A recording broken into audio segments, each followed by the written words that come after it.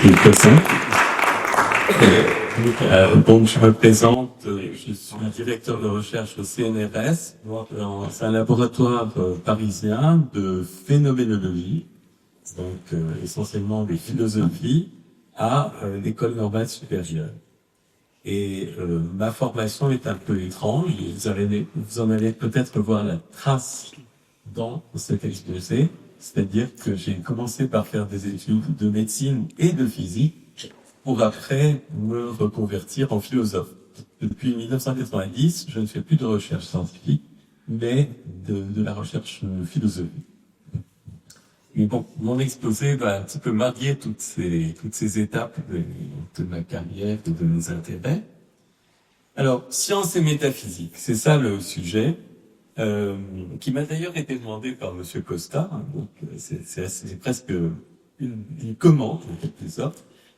Sciences et métaphysique, ce sont deux disciplines qui sont en apparence très différentes, pour ne pas dire opposées. On oppose souvent, disons, l'audace spéculative de la métaphysique à, disons, l'enracinement dans le concret, dans l'attestation expérimentale des sciences. Et pourtant, ces deux disciplines sont nées ensemble. Et d'une certaine façon, vous allez le voir, elles ont des rêves communs.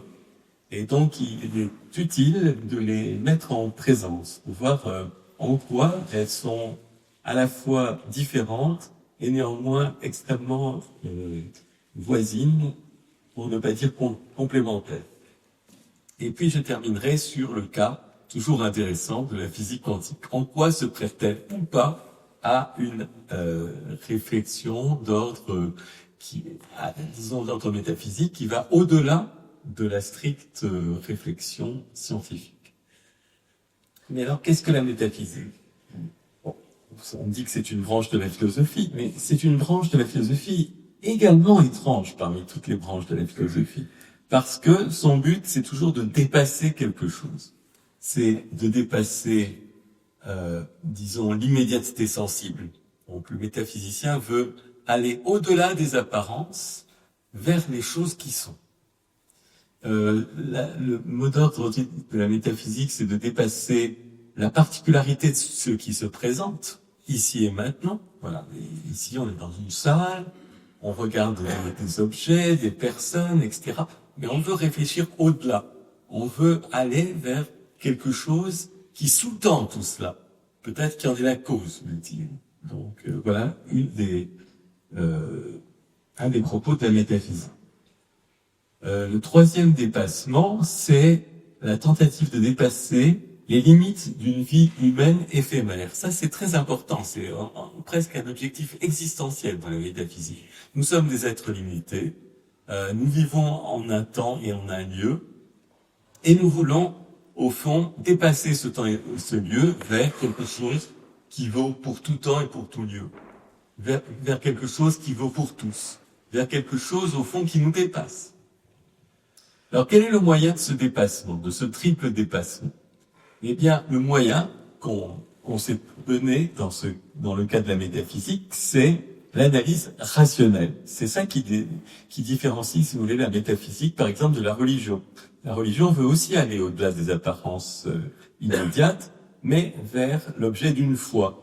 Alors que la métaphysique essaye de reconstruire les causes de l'apparence sensible, les origines de ce qui nous est donné immédiatement par le moyen de la raison. Alors, par exemple, Platon propose de former des idées, c'est-à-dire au fond des formations intellectuelles qui vont au-delà du sensible et qui, d'après Platon, sont plus réelles que ce que l'on appréhende par la sensibilité. Par exemple, pour Platon, l'idée du triangle est plus réelle que les triangles particuliers qu'on peut dessiner au tableau. Autre chose, Aristote, lui, a proposé de construire un savoir général qui va au-delà des cas particuliers. Je ne veux pas savoir ce qu'il en est, par exemple, de Bucéphale, de Rocinante, etc. Je veux savoir quelque chose du cheval en général, de l'espèce cheval en général. Je veux une science du général et non pas des quelques détails particuliers que je peux appréhender dans mon environnement et dans ma vie immédiate. Et puis Hegel aussi, qui nous montre comment l'histoire entière alterne justement les phases d'appréhension d'un objet, puis de reconnaissance que c'est nous qui posons les objets, jusqu'à, espère Hegel, ce qu'il appellera un savoir absolu. Donc là, c'est un rêve de dépassement par la raison, un rêve de dépassement des vicissitudes de l'histoire vers un ultime absolu qui serait le couronnement de l'histoire. Bon, mais la question est-ce que la raison que l'on pose comme, au fond, l'instrument de ce grand dépassement est capable d'assumer cette tâche? Est-ce qu'elle est suffisamment puissante pour dépasser le sensible, l'immédiat, le particulier, en direction de l'universel, du général, de l'absolu? Est-ce qu'elle peut faire ça? Alors, vous savez qu'il y a une critique très connue, la critique de la raison pure, justement, un ouvrage décisif un philosophe allemand, Immanuel Kant, qui a pensé montrer que la raison ne peut pas aller jusque-là. Elle est capable de faire beaucoup de choses, la raison, mais pas de remonter jusqu'à un ultime absolu. Et quand elle essaye de faire ça, d'après Kant, elle se fourvoie. Et elle risque effectivement d'aboutir à des aberrations. Vous savez que dans la troisième partie de la critique de la raison pure, qu'on appelle la dialectique transcendantale, Kant essaye de montrer que quand la raison essaye de dépasser l'univers sensible, quand elle se passe totalement du concours de la sensibilité pour spéculer de façon pure, sans véritablement se fonder sur l'expérience, elle aboutit à ce qu'on appelle des antinomies. Elle se contredit elle-même. Et donc, finalement, Kant montre que la raison ne peut pas suffire à cette tâche rêvée qui est de dépasser l'apparence vers l'absolu derrière les apparences. Bien, alors quelles sont les directions du dépassement? Je vous en ai un petit peu parlé. La première direction du dépassement, c'est essayer d'identifier les causes ultimes du monde. Bon, on connaît des causes de chaque chose, en tout cas on essaie de les identifier. À chaque fois qu'il y a un événement dans le monde, on se dit, bon, mais quelle est sa cause? Et en général, on arrive à trouver une cause. Mais quelle est la cause de la cause? Bon, peut-être qu'on peut remonter une étape, deux étapes, trois étapes plus loin. Mais quelle est la cause de tout? Quelle est la cause de toutes les causes? Quelle est la cause ultime? Est-ce que c'est une question scientifique? Probablement pas. Mais en tout cas, c'est une question métaphysique. Une autre direction du dépassement, c'est de chercher les mécanismes cachés de ce qu'on voit. On voit des choses, mais quelles sont quelles sont les structures qui expliquent ces apparences? C'est un petit peu semblable, mais de façon plus précise. Troisième direction de dépassement, la tentative de faire ce que Aristote a défini comme une science, je cite Aristote, une science de l'étant en tant qu'étant. On me dit, qu'est-ce que c'est que ce truc? C'est bizarre. Une science de l'étant, ça serait simplement une science de tel étant particulier. Par exemple, une science des êtres vivants, ou une science des étoiles, une science des galaxies, une science des corps pesants, et que sais-je encore. Donc, si vous voulez, dans chaque science, on se donne un objet, et finalement, on élucide les mécanismes qui aboutissent au devenir de ces objets. Mais Aristote veut élaborer quelque chose de plus, une science générale de tous les états, une science des traits qui appartiennent aussi bien aux étoiles, aux romans de science-fiction, aux êtres vivants, etc. Donc, il prend la collection de tous les objets et il se demande qu'est-ce qu'il y a au fond de commun à tous ces objets. Qu'est-ce que je peux dire de tout objet en général? Et là, Aristote dit, c'est très simple. Un objet, c'est quelque chose de permanent que je me donne et je lui attribue des propriétés. Propriétés, par exemple, de situation, propriétés de grosseur, de petitesse, propriétés de durée, et ainsi de suite. Donc, voilà ce que c'est que la science de l'étant en tant qu'étant. C'est un savoir de ce qu'il y a de commun à toutes les choses du monde. Par exemple, le fait qu'elles ont des propriétés, tout simplement. Voilà. Alors, il y a aussi une autre définition très intéressante de la tâche de la métaphysique, c'est celle de Henri Bergson, qui l'a donnée dans l'introduction à la métaphysique, petit texte de 1903 qui l'a rendu célèbre. Bergson disait ceci: si on veut connaître les choses par leurs traits extérieurs, c'est qu'on fait de la science. Si on essaye de connaître les choses en quelque sorte en entrant dedans, par entrée directe ou par empathie, c'est-à-dire finalement en s'identifiant à elle, on acquiert une intuition de ces choses, une intuition intérieure de ces choses, et cette intuition intérieure de ces choses, c'est, selon Bergson, la tâche de la métaphysique. Voilà 4 définitions finalement de la tâche de la métaphysique. Alors, quelques textes philosophiques autour de la métaphysique. Évidemment, le premier que je cite, c'est Aristote. Aristote n'a jamais prononcé, vous savez, le nom de métaphysique, mais il a pratiquement défini ce que c'était. Et c'est pour ça que les textes dans lesquels il a défini ce que c'était que cette science première, ou cette science de temps en tant que telle, les commentateurs et héritiers d'Aristote ont classé ces ouvrages après les ouvrages de physique d'Aristote, c'est-à-dire, c'est ça qui a donné le nom métaphysique, après la physique. Alors, Aristote dit ceci. Par exemple, si tout mouvement, si toute chose qui se meut, finalement, est nécessairement mue par quelque chose, il faut qu'il y ait un premier moteur qui ne soit mu par autre chose. Donc, c'est-à-dire que, au-delà des choses, si vous voulez, des causes immédiates du mouvement des objets, il faut trouver une cause ultime, qui est la cause des causes, ce qu'on appelle le premier moteur, le moteur immobile de toute chose. Pourquoi il est immobile, le premier moteur de toute chose? Parce que s'il était mobile, il faudrait encore qu'il y ait une cause de son mouvement. D'accord? Et donc, par hypothèse, Aristote imagine qu'il y a une cause ultime, et donc il faut que cette cause ultime de tous les mouvements soit elle-même immobile. Donc voilà une première caractérisation de la tâche de la métaphysique. Trouver le premier moteur immobile, c'est-à-dire la première cause de tout ce qu'il y a. Remarquez bien que cette phrase d'Aristote a été reprise par les commentateurs chrétiens, puis musulmans, puis juifs, ou non, peut-être dans l'ordre inverse, peu importe. Mais en tout état de cause, ils l'ont reprise en disant si Aristote dit qu'il faut trouver une première cause de tout ou un premier moteur immobile, nous on va appeler cette première cause Dieu.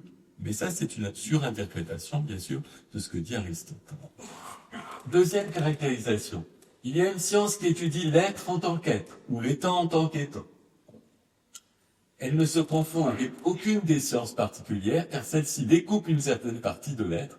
C'est seulement de cette partie qu'elles étudient la prime. Donc c'est ce que je vous ai dit tout à l'heure.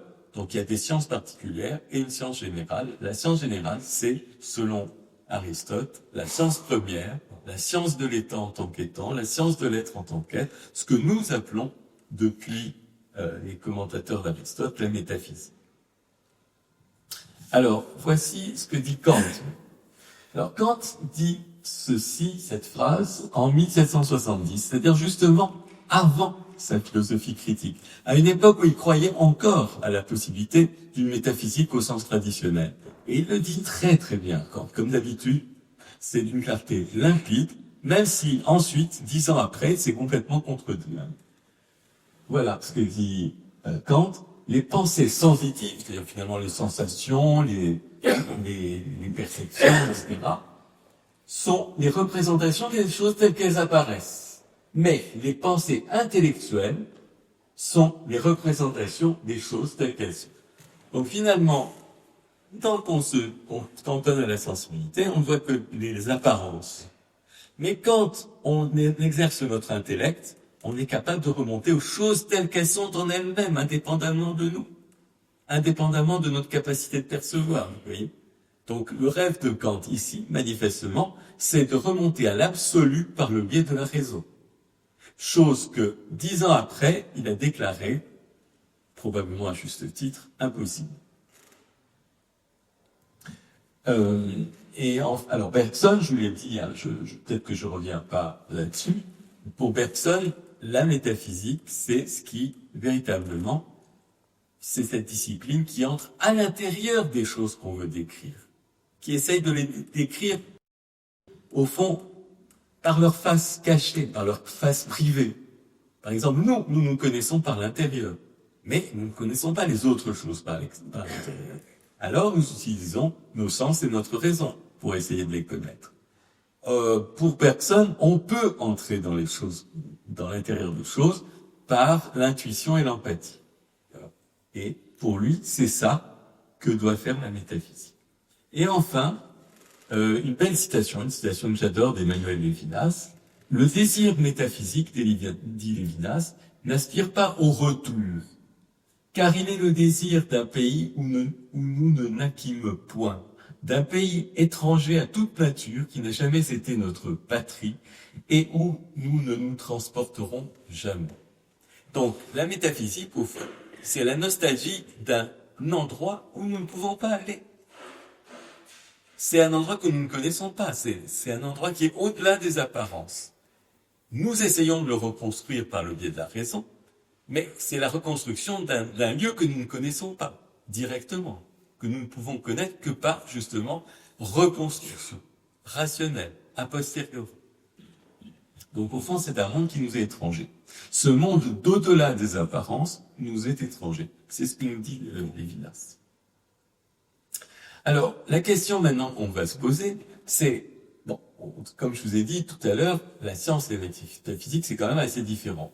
La science, disons, a pour objet, comme le disait lui-même, de sauver les apparences, c'est-à-dire d'expliquer les choses qui apparaissent, alors que la métaphysique veut exercer sa raison pour aller au-delà des apparences vers les choses qui sont dans l'absolu. Donc il y a quand même une différence majeure. Et pourtant, comme je vous l'ai dit, les deux disciplines sont nées pratiquement en même temps des mêmes auteurs.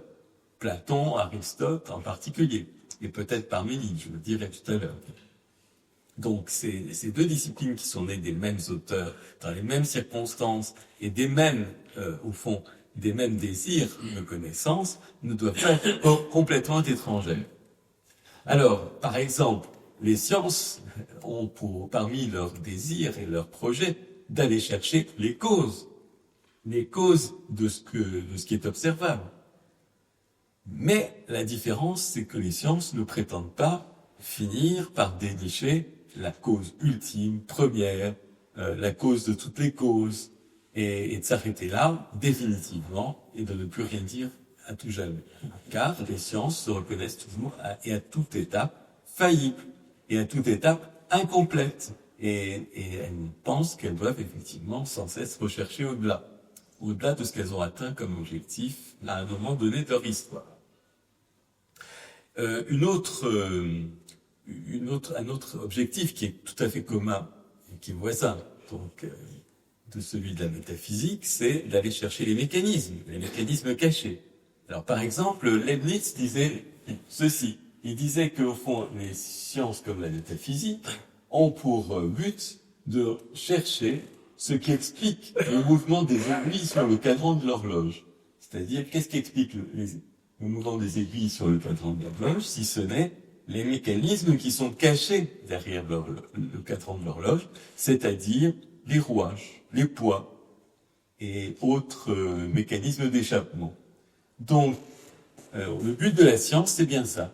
C'est de faire ce que ce personnage célèbre fait ici, c'est-à-dire percer l'écran des apparences, ici l'écran de la voûte céleste, pour aller voir le domaine des mécanismes, le domaine des sphères, des rouages, et tout ce qui est susceptible d'expliquer ce que l'on voit sur la voûte céleste. Voilà, un petit peu l'idée. Bien.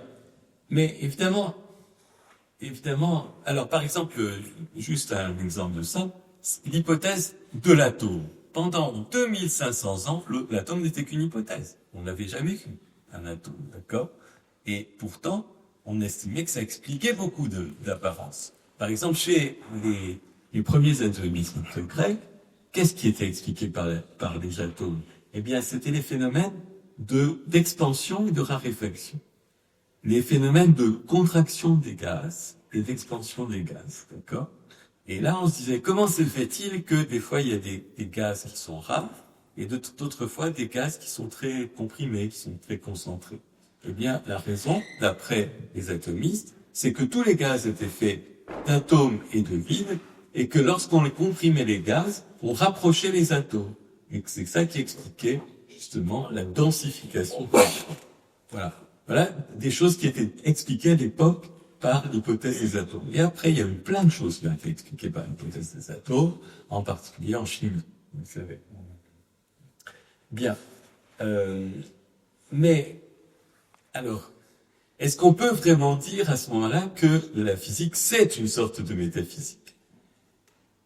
C'est tentant, puisque, au fond, je vous ai dit que les deux objectifs principaux des chercheurs scientifiques, en tout cas pendant très longtemps, ça a été de mettre la main sur les causes cachées ou sur les mécanismes cachés des apparences. Et, de façon très amusante, Einstein le dit exactement comme ça, de cette façon un petit peu presque naïve. Il le dit, la véritable difficulté tient à ce que la physique est une sorte de métaphysique. C'est ce que dit Einstein. La physique est une sorte de métaphysique. On peut le croire, hein, si c'est un physicien qui le dit. Alors, pourquoi dit Einstein? Pourquoi je peux dire que la physique est une sorte de métaphysique? Parce que la physique décrit ou prétend décrire la réalité. C'est-à-dire quelque chose qui est au-delà des apparences et qui est pris en compte, par exemple, par les mathématiques. C'est-à-dire, dirions-nous, par une forme platonicienne, par quelque chose qui est formel, un formalisme, d'accord? Bon, mais après, juste après cet énoncé d'une ambition colossale, la physique est une sorte de métaphysique, car la physique décrit la réalité, Einstein, comme d'habitude, avec beaucoup d'humour, rectifie le tir et inverse la proposition. Et il dit, or, nous ne savons pas ce qu'est la réalité. Nous ne la connaissons qu'à travers la description qu'en donne la physique. Vous voyez, c'est ça le problème. Comment dire que la physique décrit la réalité, puisque par définition, on s'est donné comme but, dans la physique, de décrire la réalité. On s'est même posé comme axiome que les formalismes de la physique étaient des descriptions de la réalité.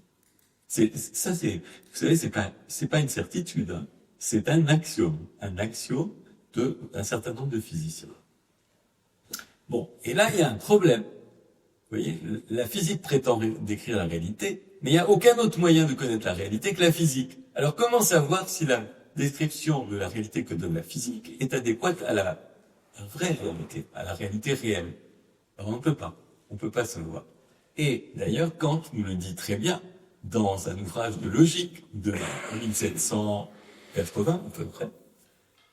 Kant dit ceci: puisque l'objet est hors de moi et que la connaissance est en moi, tout ce que je peux apprécier, c'est si ma connaissance de l'objet s'accorde avec ma connaissance de l'objet.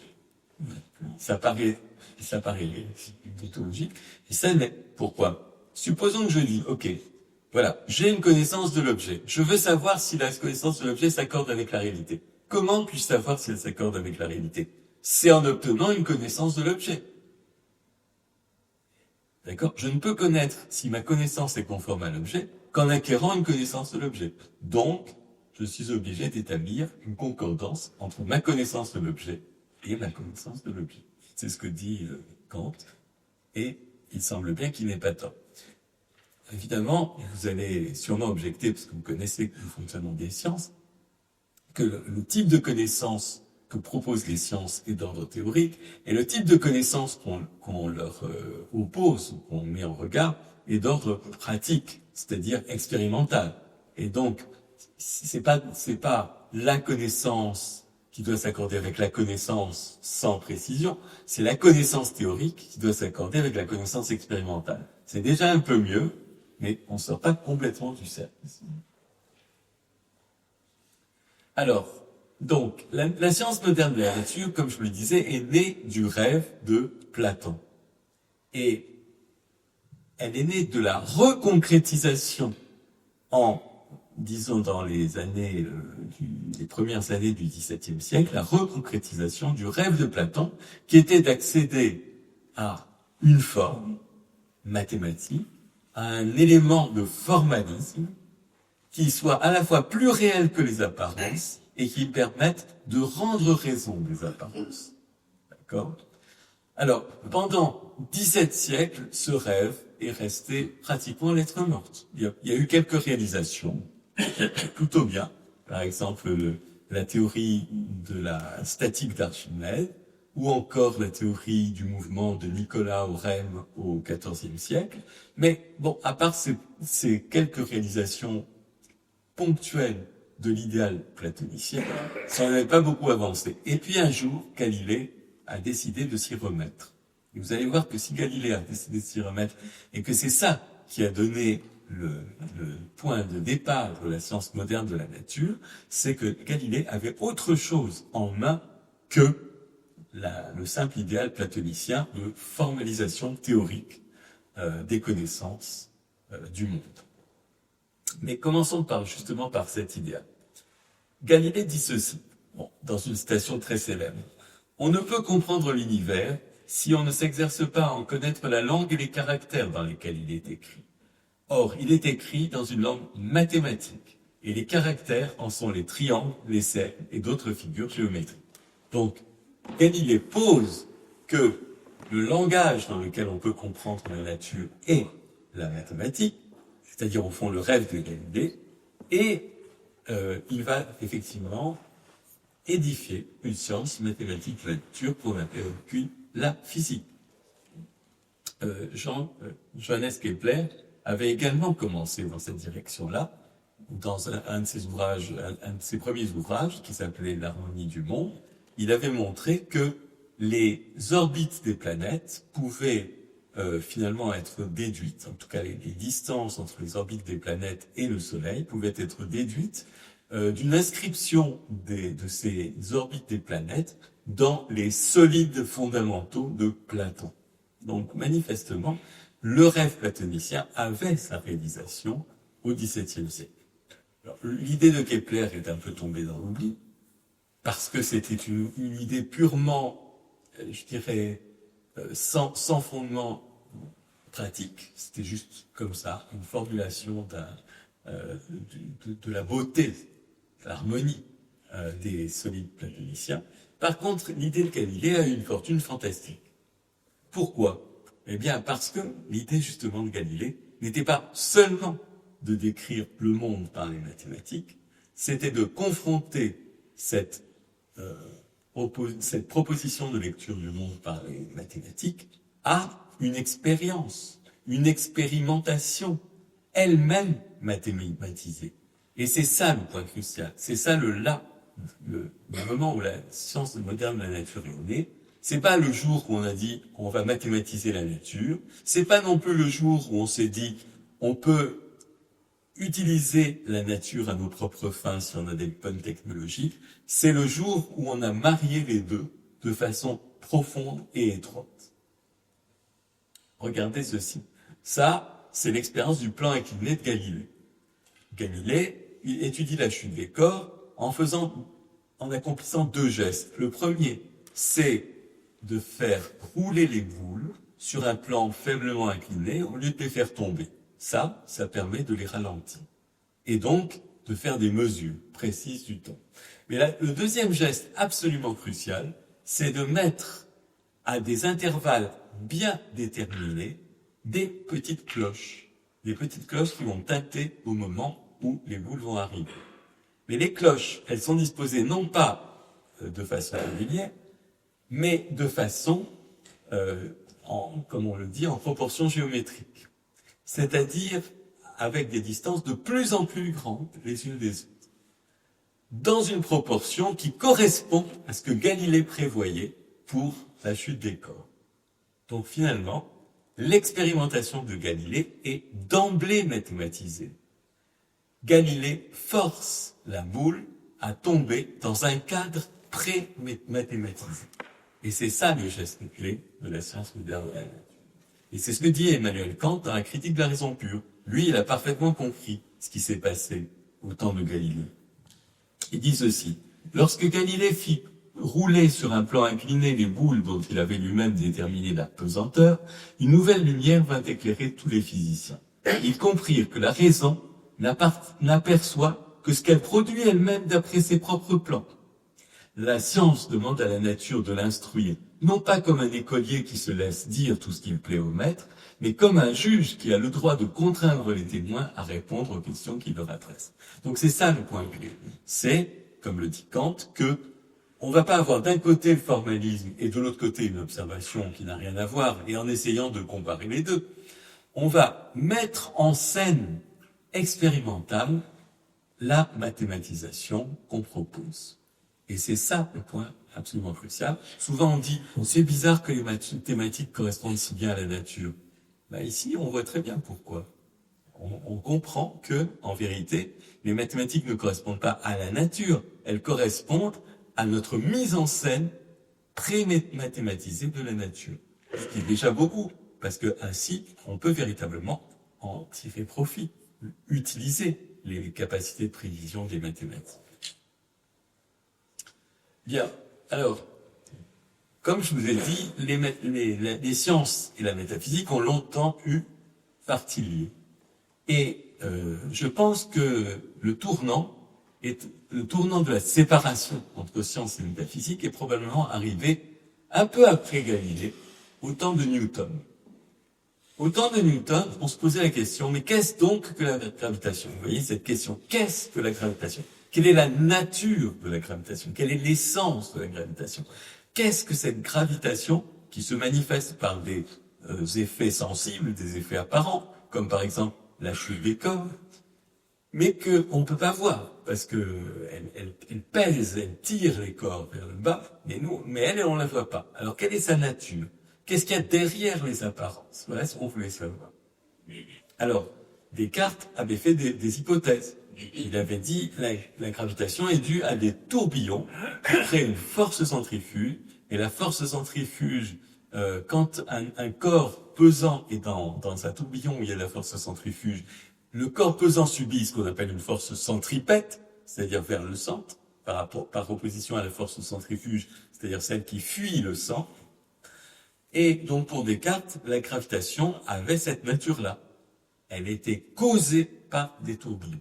Voilà la cause première de la gravitation, voilà la nature, l'essence de la gravitation d'après Descartes. D'après Newton, c'était encore plus métaphysique, si on peut le dire, du moins dans ses ouvrages de 1664, un ouvrage qui s'appelle « De la gravitation ». Il dit que l'espace, c'est l'organe d'essence de Dieu. Et donc, Dieu, quand il voit deux corps dans l'espace, eh bien, il leur impose une force qui les attire l'un vers l'autre. Vous voyez, voilà l'explication de la gravitation selon Newton. Donc là, après avoir dit ça, Newton avait l'impression d'avoir élucidé la nature de la gravitation. Mais, quelques années après seulement, en 1687, il publie les principes mathématiques de la philosophie naturelle. Et dans ce livre, il suspend toute question sur la nature de la gravitation et il s'en tient à la description mathématique des effets de la gravitation. Et en particulier, il formule cette fameuse loi, qui est la loi dite de la gravitation universelle, où les deux masses s'attirent en raison inverse du carré de leur distance mutuelle. Et là, vous voyez Newton qui, en quelque sorte, s'envoie des avertissements à lui-même. Il se critique lui-même. Il critique ses propres conceptions d'il y a environ 20 ans. Il dit ceci: il faut raisonner sur les phénomènes sans feindre d'hypothèses. Il ne faut pas faire d'hypothèse sur la nature de la gravitation. Il faut se contenter d'établir des relations légales, mathématiques, entre les phénomènes.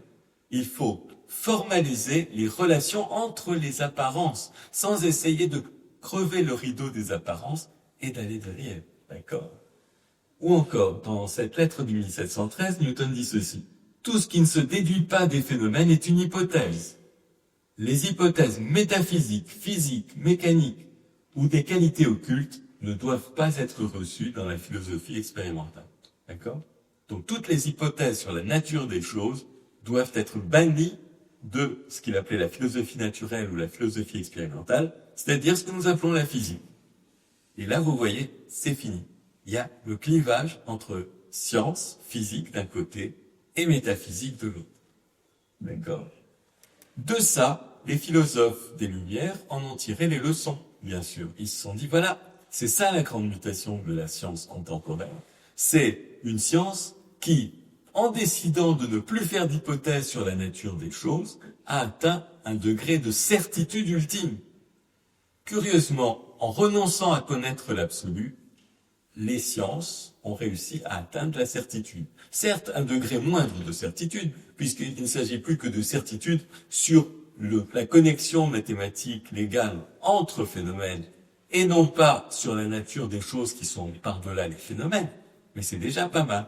Et donc, c'est ce que nous disent des philosophes du XVIIIe siècle, comme David Hume et Emmanuel Kant. Alors voilà ce que nous dit Hume. Hume est très dur avec la métaphysique. C'est le plus dur. Vous savez qu'on l'appelle un philosophe empiriste. C'est-à-dire qu'au fond, il ne croit qu'aux apparences sensibles. D'accord? Et tout le reste n'est que métaphysique. Voilà. À l'époque, on peut déjà dire ça comme un reproche. Ce n'est plus que de la métaphysique. Alors voyons ce que dit Hume. C'est très joli en plus. Poussons notre imagination vers les cieux, ou vers les limites ultimes de l'univers. Nous n'avançons jamais d'un pas au-delà de nous-mêmes.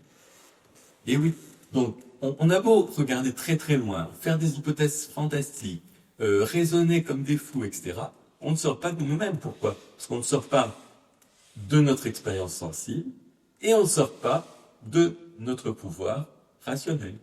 C'est nous qui faisons tout ça. Et c'est ça que nous rappelle Hume avec une ardeur déflationniste extrême, qui a vivement frappé Kant. Vous vous rappelez que Kant disait avec la raison, on peut atteindre les choses telles qu'elles sont. Mais quand il a lu Hume, il a eu un frisson et il s'est dit non, je peux pas. En fait, Hume a raison. Oui, si j'ose dire, la rationalité n'est pas capable de percer le rideau des apparences vers les choses telles qu'elles sont. Et du coup, Kant fait une critique de la métaphysique. Alors, mais il a trois attitudes un petit peu contradictoires en apparence. Une attitude qui est très proche de celle de Hume, c'est la première. Il rejette le rêve métaphysique d'un domaine suprasensible, d'un domaine au-delà des apparences. Bon. Donc il est d'accord avec nous. Il ne faut pas aller plus loin que les apparences, il faut faire comme dit Newton, c'est-à-dire connecter légalement les apparences. Mais tout de même, Kant reconnaît que la spéculation métaphysique a une valeur pour motiver nos recherches. Ça nous attire, ça nous enchante, ça nous fait rêver, la métaphysique. Donc, c'est peut-être pas mal de garder ce rêve, même si on sait que ce n'est qu'un rêve. La troisième attitude de Kant vis-à-vis de la métaphysique, c'est de lui redonner une définition complètement différente de la définition habituelle, qui est justement la définition du dépassement, d'aller au-delà des apparences. Mais dans le cas de Kant, il s'agit plutôt de se demander en quoi la raison a des capacités ou n'a pas des capacités à accomplir un tel dépassement. Et donc finalement, pour Kant, la vraie tâche de la métaphysique, c'est d'examiner la raison comme faculté humaine. Donc c'est ce qu'on pourrait appeler une métaphysique réflexive, une métaphysique qui se tourne vers nous, vers nos capacités. Voilà, vous voyez que c'est ces trois gestes importants. Rejet de la métaphysique, admission que la métaphysique peut être un rêve, disons, fonctionnel, et redéfinition de la métaphysique. Alors voilà, par exemple, contre la métaphysique, ce que nous dit Kant, c'est ceci. La métaphysique est une connaissance spéculative de la raison qui s'élève au-dessus de l'enseignement de l'expérience.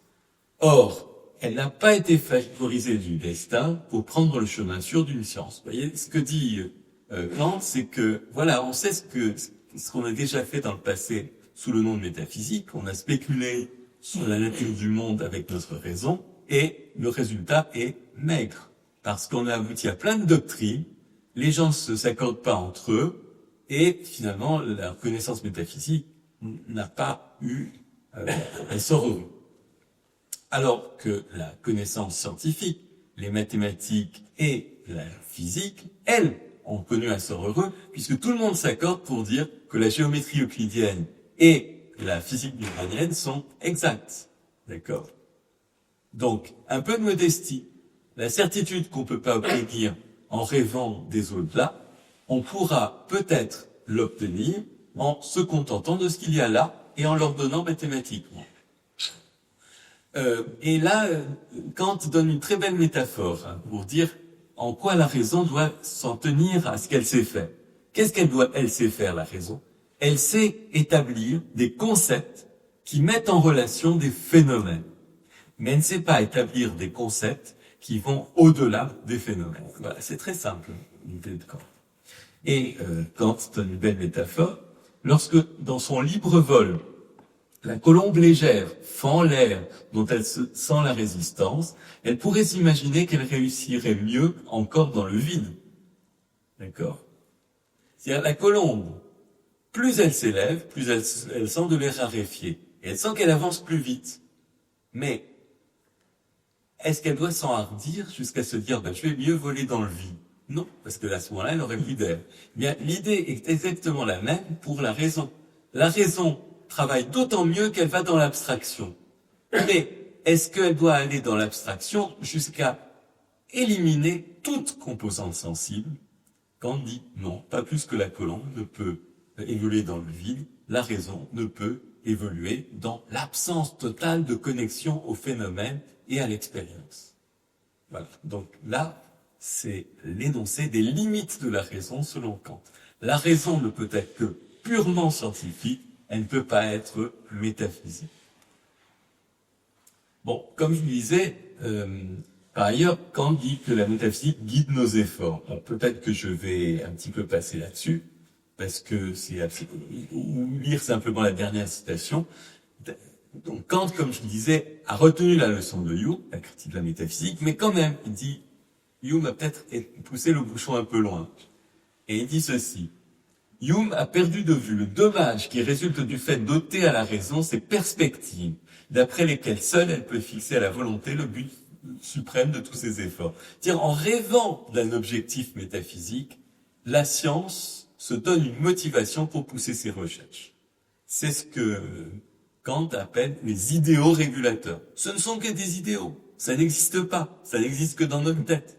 Mais ils règlent notre recherche. Ils règlent les méthodes que nous employons pour chercher. Et donc, ils sont peut-être pas si inutiles que ça. Vous voyez? Et enfin, la nouvelle définition de la métaphysique, je vous l'ai dit, c'est la définition réflexive, l'examen des pouvoirs qu'a la raison de faire ce qu'elle prétend faire, c'est-à-dire percer au-delà des apparences. Et voilà les citations de Kant, la métaphysique est la science des limites de la raison humaine. Alors là, c'est complètement différent de ce que je vous ai dit. Hein. Il a changé le sens du mot. Hein. Ça n'a plus rien à voir avec la métaphysique telle que Aristote, Platon, etc. la rêvé. Et aussi d'ailleurs les prédécesseurs de Kant, comme Leibniz. Bon, ben voilà. Voilà les trois attitudes de Kant. Eh bien, on va les retrouver lorsque nous allons examiner le cas de la physique quantique. Donc, on fait un grand saut dans le temps. On passe en 1925, 26, 27, et on examine la physique quantique. Alors, la naissance de la physique quantique est probablement le siège d'une tension entre un rêve métaphysique encore bien vivant et une critique ouverte de la métaphysique. Et cette tension prend la forme de ce qu'on pourrait appeler la querelle des images en physique quantique. C'est-à-dire, est-ce qu'on peut donner une image du monde qui convienne au formalisme de la physique quantique, ou est-ce qu'on ne peut pas donner une telle image du monde? Donc il y a des physiciens qui disaient oui, on peut donner une image du monde, et d'autres qui disaient non, on ne peut pas donner une image du monde. Alors, dans les premières années de la théorie des quanta, c'est-à-dire avant ce qu'on appelle la mécanique quantique à proprement parler, qui n'est née qu'en 1925. Avant 1925, il y avait ce qu'on appelle l'ancienne théorie des quanta. L'hypothèse de la quantification de Planck, l'hypothèse du photon d'Einstein, l'hypothèse de l'atome de Jean Perrin, et ainsi de suite, et ainsi de suite. Tout ça, c'est ce qu'on appelle l'ancienne théorie des quanta. Donc, avant la mécanique quantique proprement dite, avant 1925, on avait des hypothèses comme, par exemple, que la lumière est faite de petits grains, ce qu'on a appelé depuis des photons, ou des quantas de lumière, pour le dire comme Einstein.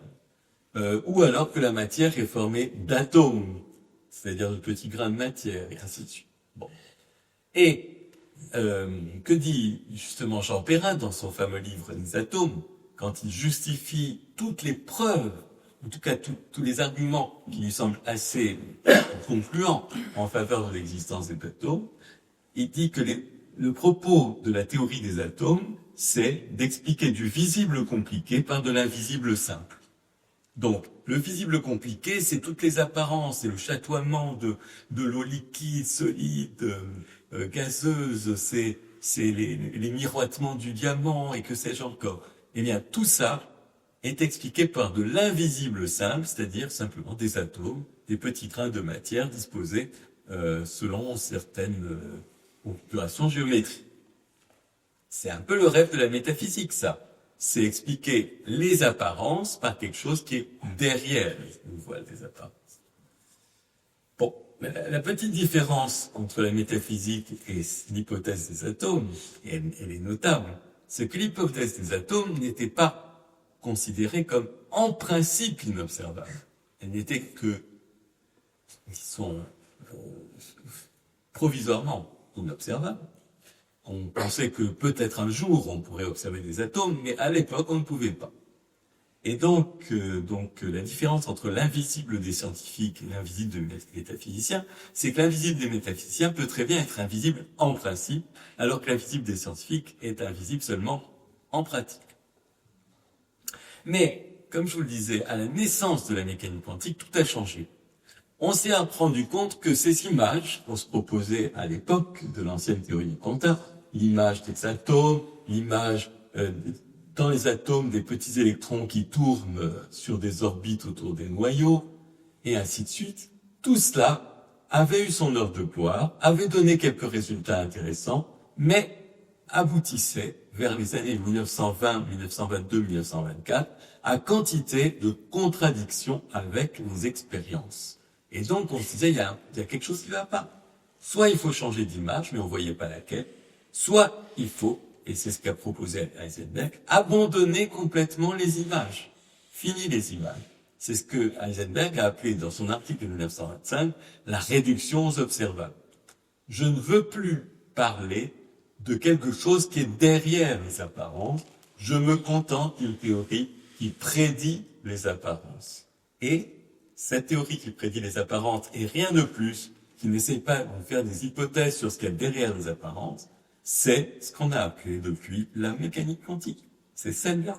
C'est notre théorie actuelle qui est née sous les auspices d'un abandon des images. Donc, vous voyez, au fond, le geste de Heisenberg ressemble à s'y méprendre, mais avec un degré de radicalité en plus, à celui de Newton. Newton qui dit, je fais plus d'hypothèses sur ce qu'il y a derrière les apparences, je me contente de lier les apparences. Et Heisenberg fait un geste de plus, c'est pour ça que je vous ai dit un degré de radicalité en plus, c'est qu'il dit, non seulement je ne peux pas savoir ce qu'il y a derrière les apparences, mais en plus, je ne peux même pas décrire les apparences mathématiquement. Tout ce que je peux faire, c'est prédire avec des évaluations probabilistes ce qui va arriver dans mon laboratoire. Donc vraiment, là, vous voyez que Heisenberg a diminué grandement la prétention, disons, paramétaphysique ou quasi-métaphysique de la physique. Donc l'idée d'Einstein, la physique est une sorte de métaphysique, a été fortement critiqué par Heisenberg. Bohr a essayé de compenser un peu ça en disant, ok, je vois, on peut pas utiliser une seule sorte d'image pour décrire les processus microscopiques. Mais peut-être qu'on peut utiliser plusieurs images complémentaires les unes des autres et qui, sans pouvoir être prises au sérieux comme image réelle de la réalité des choses qui sont derrière le phénomène, vont en tout état de cause nous aider, nous guider. Donc finalement, pour Bohr, les images quasi-métaphysiques des choses ont une fonction, un peu comme chez Kant, elles ont une fonction pour guider le chercheur dans sa recherche. Par exemple, la fameuse image de la dualité entre corpuscules. Pour De Broglie, il fallait la prendre au sérieux. Mais pour Bohr, il fallait pas la prendre au sérieux. Il fallait juste considérer que c'était deux images qui nous aidaient mentalement, mais qui n'avaient pas plus de réalité que quoi que ce soit d'autre qui aille au-delà des phénomènes. Alors, ce qui est très intéressant, c'est que cette idée de limiter le pouvoir de la raison, limiter la tentative de reconstruire quelque chose au-delà des phénomènes, a abouti à ce qu'on a appelé les relations d'incertitude de Heisenberg. Alors on pourrait dire c'est dommage, la raison s'est limitée elle-même, elle a finalement abouti à quelque chose de plus faible que ce qu'on avait dans le passé. Oui, mais l'instrument mathématique qui décrit les limites du pouvoir de la raison humaine dans le domaine subatomique et microscopique, c'est une formule mathématique qui est d'une puissance considérable et qui elle-même a un pouvoir prédictif. D'accord ? Voilà. Alors, ce sont donc les relations d'incertitude. Je passe là-dessus et j'en reviens tout de suite justement aux conséquences. Donc, comme je disais, les relations d'incertitude de Heisenberg, ce sont des mathématisations des limites car la théorie vis-à-vis de toute tentative de dépasser le champ des phénomènes. Ok ? Donc apparemment tout est négatif dans cette histoire. On ne peut pas. On est incertain, on est indéterminé, etc. Ok. Enfin, du moins, soit on est incertain, soit la nature est indéterminée, mais en tout cas, il y a une limite. On ne peut pas aller au-delà. Impossibilité du dépassement. Et impossibilité du dépassement, comme je vous ai dit, c'est impossibilité du rêve métaphysique. D'accord ? Bon. Est-ce qu'il faut regretter ça ? La réponse est non. Parce que la science physique en a fait un usage extraordinaire de ces limites qui ont été posées par Heisenberg. Par exemple, elle nous permet de calculer la largeur des raies spectrales. La quatrième relation d'incertitude nous permet de calculer la largeur des raies d'émission du rayonnement par les atomes. Donc voilà, cette loi, qui est une loi de limitation de nos connaissances, nous offre de nouvelles connaissances. C'est ça la chose passionnante dans cette histoire. Ou encore, elle a permis cette même loi, la relation d'incertitude de Heisenberg, cette même loi limitative, elle a permis de prévoir l'énergie de point zéro du vide, la création des paires de particules-antiparticules, l'effet Casimir. Je ne sais pas si vous connaissez l'effet Casimir. L'effet Casimir, c'est, imaginez deux plaques de métal, que vous les mettez dans le vide. Alors, il ne devrait rien se passer. Deux plaques de métal dans le vide, on ne voit pas ce qui pourrait leur arriver. Eh bien si, on observe, à notre grande stupéfaction, que les plaques se rapprochent. Elles sont comme poussées par une force. Qu'est-ce que c'est que cette force ? Personne ne comprenait rien. Et puis, alors Casimir, justement, en 1948, a posé la question à Bohr. Et il a dit, qu'est-ce que ça peut être, ce truc, cette histoire de plaques qui se rapprochent ? Bohr a dit, ça doit avoir quelque chose à voir avec l'énergie de point zéro du vide.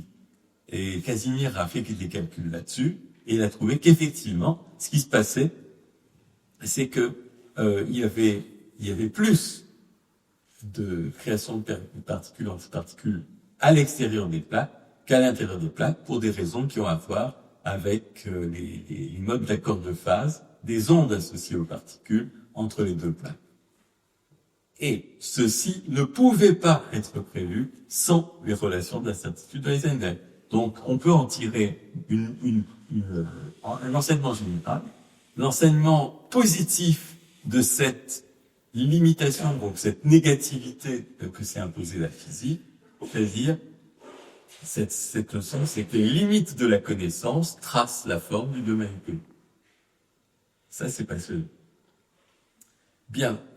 Alors, donc, où on en est maintenant de notre réflexion sur la physique quantique? Presque 100 ans de réflexion. Vous savez, on vous raconte partout que la physique quantique, c'est une théorie difficilement compréhensible, qu'elle est pleine de paradoxes, qu'il y en a 25 interprétations, que personne n'arrive à se mettre d'accord sur la façon dont il faut voir la physique quantique. Peut-être, précisément, parce que, au fond, les physiciens, alors, une des hypothèses, c'est l'hypothèse que je vous formule maintenant, c'est que la raison pour laquelle ça semble si difficile de mettre tout le monde d'accord sur la physique quantique, c'est que quand les gens disent qu'ils veulent comprendre la physique quantique, c'est qu'ils veulent formuler une image du monde qui soit en accord avec le formalisme de la physique quantique. Voilà, c'est ce qu'ils veulent. D'accord ? Que doit être le monde pour s'accorder avec ce formalisme bizarre de la physique quantique? Est-ce qu'il faut, par exemple, que les particules aient des communications quasi télépathiques à distance? Est-ce qu'il faut que les chats soient mi-vifs, mi-morts, etc., etc. Bon. Donc, c'est ça la question qu'on se pose. Depuis environ 3, 4, 5 ans, tout un nouveau courant est apparu. Un courant que, je dois dire, j'ai un tout petit peu anticipé philosophiquement, mais sans la base que ces physiciens peuvent avoir. Alors, les physiciens en question, c'est Christopher Fuchs, Rüdiger Schack, David Mermin, Richard Rilley, etc., etc. Et voilà ce que dit Richard Rilley sur ce qu'il a appelé la révolution quantique de la philosophie. La révolution quantique de la philosophie. C'est pas la révolution philosophique. Bon, c'est pas la révolution quantique tout court. C'est pas la révolution que la philosophie aurait tirée de la physique quantique, etc. C'est vraiment une révolution philosophique qu'impose la physique quantique. Quelle est cette révolution? Ici encore, je peux dire, c'est une radicalisation du geste de Newton, repris par Kant. Voici ce que dit Hilley. Le principal obstacle qui s'oppose à la compréhension de la mécanique quantique n'est pas notre incapacité à imaginer le monde qu'elle décrit, mais l'hypothèse qu'elle doit être interprétée comme une description du monde. J'espère que vous voyez ce qu'il me dit. Si vous ne voyez pas, je vais vous expliquer. Il veut dire que tout le monde jusque-là a essayé de se demander qu'est-ce que doit être le monde pour être décrit par la physique quantique. La physique quantique doit décrire le monde et on se demande comment elle le décrit. Quel genre de monde elle le décrit. Et là, ce qu'il a dit, c'est que peut-être elle ne décrit absolument pas le monde. Mais pas du tout. Du tout. Rien de monde. Mais alors, qu'est-ce qu'elle fait si elle décrit pas le monde? Eh bien, ce qu'elle fait, c'est tout simplement nous donner les moyens d'ordonner rationnellement l'ensemble de nos prédictions sur les événements expérimentaux qu'on suscite par nos appareils. Rien de plus et rien de moins. Bon. Alors, ce courant-là, il a eu un développement déjà qui faisait sentir qu'il y avait quelque chose de juste dans cette approche très déflationniste. C'était l'application de la théorie quantique au modèle de la cognition humaine. Comment est-ce possible que la théorie quantique s'applique à la cognition humaine? Est-ce que la cognition humaine a quelque chose à voir avec les quarks, les électrons et les photons? Est-ce que peut-être que c'est parce que les êtres humains sont composés d'atomes? Très peu probable. Enfin, je dirais même que c'est totalement non crédible. Donc, il y a une autre explication pour laquelle la physique quantique, la théorie quantique plutôt, s'applique très bien aux décisions humaines et à la cognition humaine, comme l'a montré par exemple ce livre de Jérôme Busemeyer et Peter Brusa, qui est paru il y a très peu d'années. La raison est très simple. c'est qu'il y a un point commun négatif entre les électrons et les êtres humains. Les électrons ne savent pas ce qu'ils sont avant qu'on leur ait posé la question, et les êtres humains ne savent pas ce qu'ils pensent avant qu'on leur ait posé la question. Bon, ça vous paraît un peu dur de dire ça, mais c'est un petit peu vrai. Par exemple, je vous donne un exemple ici. Je pose à quelqu'un la question de savoir qu'est-ce qu'un champignon? Que veut dire le mot champignon? On a testé, des sociologues expérimentateurs ont testé ce genre de questions et ils ont montré que les êtres humains, quand on leur pose cette question dans un magasin de fruits et légumes, vont dire un champignon, c'est presque un légume qu'on peut cuisiner dans une casserole et en faire des soupes.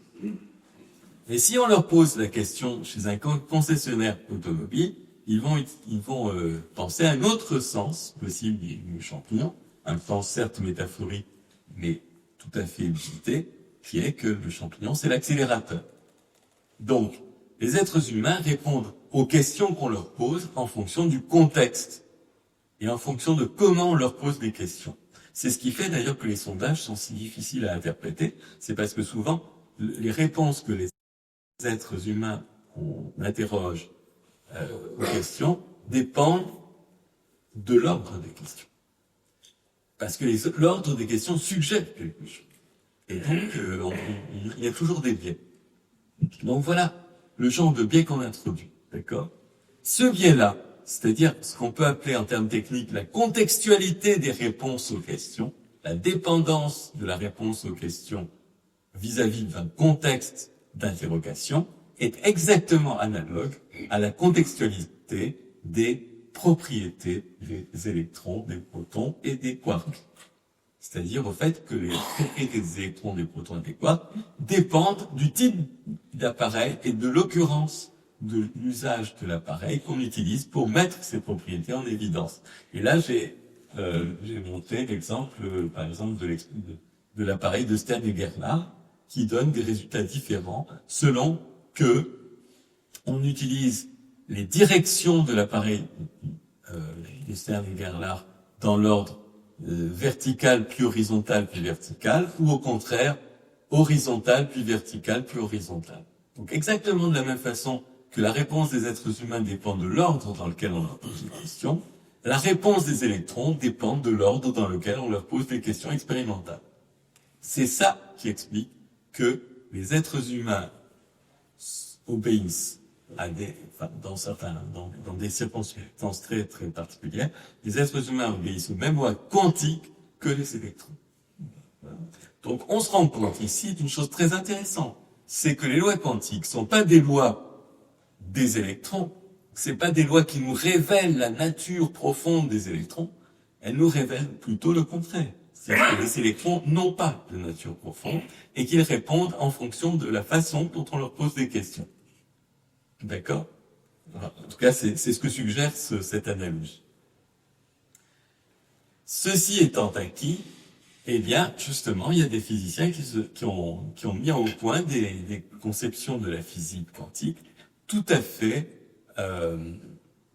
adéquates à cette découverte remarquable que l'on avait fait juste auparavant. Ils ont formulé une nouvelle interprétation de la mécanique quantique qu'on appelle le cubisme. C'est évidemment un jeu de mots avec le cubisme pour la doctrine picturale de Picasso, mais même si le jeu de mots est voulu, parce que ces chercheurs américains ont toujours un petit peu se dépassent sans rire, l'idée c'était d'en faire un acronyme d'une expression plus longue qui est quantum bayésianisme ou quantum, alors là j'ai du mal, bêta-bilitarianisme. Bon, alors attendons. Donc, qu'est-ce que ça veut dire? Quantum bayésianisme. Quantum bayésianisme, ça veut dire un bayésianisme quantique. Peut-être vous savez ce que c'est que les probabilités bayésiennes. Les probabilités bayésiennes, c'est des probabilités qui sont considérées comme subjectives. La probabilité bayésienne, c'est la probabilité que quelqu'un, disposant d'une certaine information serait disposée à accorder à un certain événement. Si vous voulez, on dit toujours que la probabilité de l'événement est fixée en fonction des connaissances préalables du chercheur, les priors. Et c'est ça, les probabilités bayésiennes. Eh bien, pour Chris Fuchs, la mécanique quantique n'est autre qu'une super théorie des probabilités bayésiennes. Et rien de plus. Pas une théorie mirifique de la nature des électrons, des protons et des quarks. Non, simplement une théorie des probabilités qui permet, dans certaines circonstances justement, où les réponses que donnent les électrons, les quarks et les protons aux questions qu'on leur pose dépendent de ces questions et dépendent en particulier de l'ordre des questions. Donc dans ces circonstances-là, la mécanique quantique est la bonne théorie des probabilités bayésiennes qui convient à ce cas. Donc par exemple, selon Chris Fuchs, la mécanique quantique explique pourquoi, afin d'être cohérent, l'expérimentateur doit assigner la probabilité P. Mais elle n'explique pas pourquoi les électrons sont ce qu'ils sont et les protons sont ce qu'ils sont et les quarks sont ce qu'ils sont. Elle explique simplement pourquoi l'expérimentateur est contraint d'utiliser cette forme de théorie des probabilités et pas une autre. Donc finalement, vous voyez, si explication il y a, c'est une explication purement réflexive. Une explication de ce que nous faisons, pas de ce que font les électrons et les protons. Ça ressemble terriblement à la définition kantienne de la métaphysique. La métaphysique, c'est la science des limites de la raison. Là, la physique, c'est la science des limites de la capacité de prédiction humaine. Bien. Mais bon, alors, le monde, quand même, dans tout ça. Maintenant, on dirait que la physique, si on croit à Chris Fuchs, la physique, elle ne dit plus grand-chose sur le monde, pour ne pas dire carrément qu'elle ne dit plus rien sur le monde. Mais alors, qu'est-ce que c'est que le monde? Alors, il y a deux façons de réagir à ça. La première, c'est de dire, ok, je peux pas. Décidément, je peux rien dire sur le monde, un petit peu à la Wittgenstein. Ce dont on ne peut pas parler, il faut le taire. On ne peut plus parler de ce qu'il y a au-delà des apparences. La physique quantique nous a signifié les limites de ce genre de discours, donc on en parle. Terminé, point final. Bon, mais il y a peut-être une autre solution, extrêmement astucieuse et intéressante, qui est plus aventureuse évidemment que la première, mais qui est plutôt excitante. La deuxième possibilité, c'est ce qu'on pourrait appeler la recherche de la raison métaphysique de l'échec des métaphysiques. Quelle est la raison métaphysique de l'échec des métaphysiques? Pourquoi? Qu'est-ce que le monde doit être pour interdire de connaître les choses au-delà des apparences? Que doit être le monde pour nous interdire de connaître sa nature? Ou autrement dit, pour vous montrer à quel point c'est à la fois tendu, à la fois paradoxal et passionnant, quelle doit être la nature du monde qui explique qu'on ne puisse pas connaître sa nature? Bon, vous voyez le problème, hein? Et c'est pas facile. Bon, je passe là-dessus et j'en viens tout de suite à la conclusion. La conclusion, tiens, il y a un téléphone qui nous annonce peut-être que c'est là. La conclusion est très simple.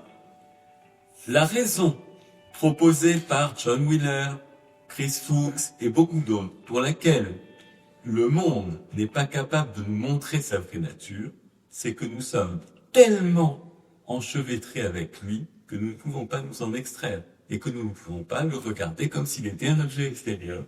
Et donc nous ne pouvons pas en avoir une représentation. Et donc maintenant, miracle, nous pouvons nous représenter la raison pour laquelle nous ne pouvons pas nous représenter le monde. Et c'est un peu cette figure bizarre qu'a mise en relief John Wheeler, c'est-à-dire que finalement, l'œil qui regarde l'univers n'est autre qu'une partie de l'univers lui-même. Et donc, l'œil qui regarde l'univers ne peut pas complètement faire abstraction de sa position d'imbrication avec l'univers. Et c'est pour ça qu'on ne peut pas décrire le mot, tout simplement. Voilà. Et voilà comment on retombe à peu près sur nos pattes métaphysiques. Mais évidemment, cette métaphysique, comme toutes les autres, est une aventure de la raison. Mais elle a au moins un petit quelque chose qui la rend plus intéressante que d'autres, c'est que elle tire les leçons des limites que les sciences imposent à la métaphysique. Voilà ma conclusion.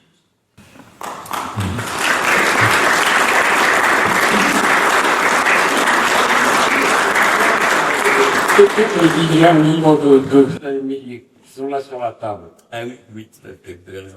Alors, je vais vous dire, tous mes livres parlent de cette conclusion. Tous. Mais chacun à leur façon. Par exemple, le livre sur la mécanique quantique, c'est effectivement la mise en relief de cette extrême contextualité, et cette extrême implication de l'expérimentateur dans les expériences de microphysique. Et on peut inférer la structure de la mécanique quantique à partir justement de cette impossibilité de dissocier l'expérimentateur avec ses appareils des choses qu'il veut explorer, c'est-à-dire les atomes, les électrons, etc. Donc le premier livre, c'est celui-ci, Mécanique quantique, une introduction philosophique, c'était mon premier livre. Le deuxième livre, le deuxième livre, c'est celui-là, L'aveuglante proximité du réel. Là, vous comprenez tout de suite. On est tellement près du réel qu'on ne peut pas le voir. On a le nez dessus, donc on ne peut pas le voir. Bon, évidemment, il y a beaucoup de choses, beaucoup de tentatives de comprendre des énigmes de la philosophie des sciences contemporaines à partir de cette idée d'aveuglante proximité du réel. Physique et philosophie de l'esprit. Alors là, c'est un parallèle entre deux situations.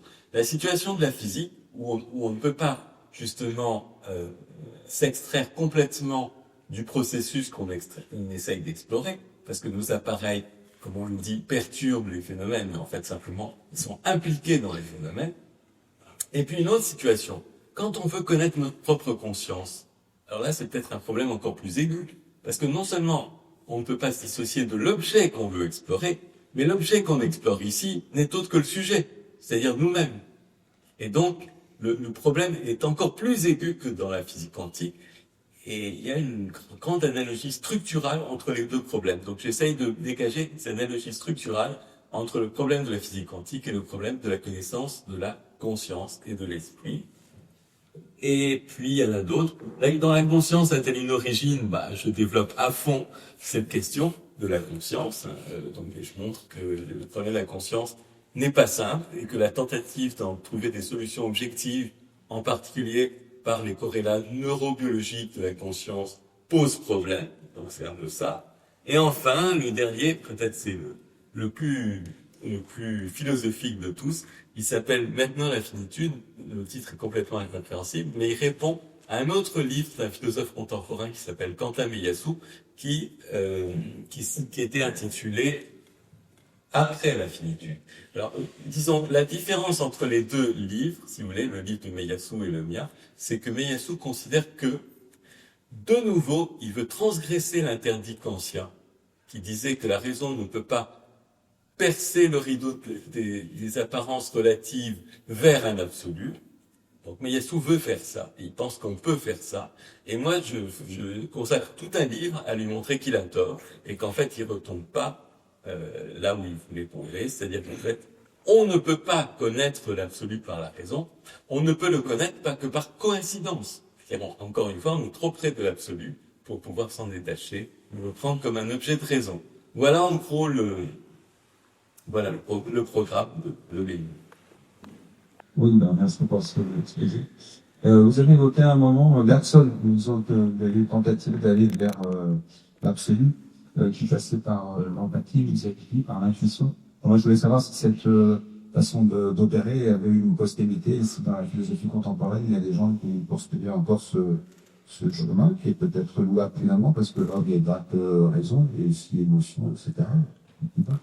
La humaine, ça fait la main, Alors, écoutez, vous savez que la doctrine philosophique la plus proche de cette approche, c'est la phénoménologie. On considère que, en explorant l'expérience vécue, elle arpente ce que Husserl appelle le domaine de l'être absolu. D'accord ? Pour Husserl, les objets, c'était finalement des structures relatives à notre capacité de connaître. Par contre, le champ de la conscience elle-même, celui que nous vivons ici et maintenant, c'est le domaine de l'être absolu. Là, je vous cite Husserl. Manifestement, alors, tout le monde n'est, d'ailleurs même chez les phénoménologues, tout le monde n'est pas d'accord avec Husserl. Mais en tout état de cause, il y a au moins une discipline philosophique majeure du XXe siècle qui a poussé dans cette direction, c'est sans doute la phénoménologie.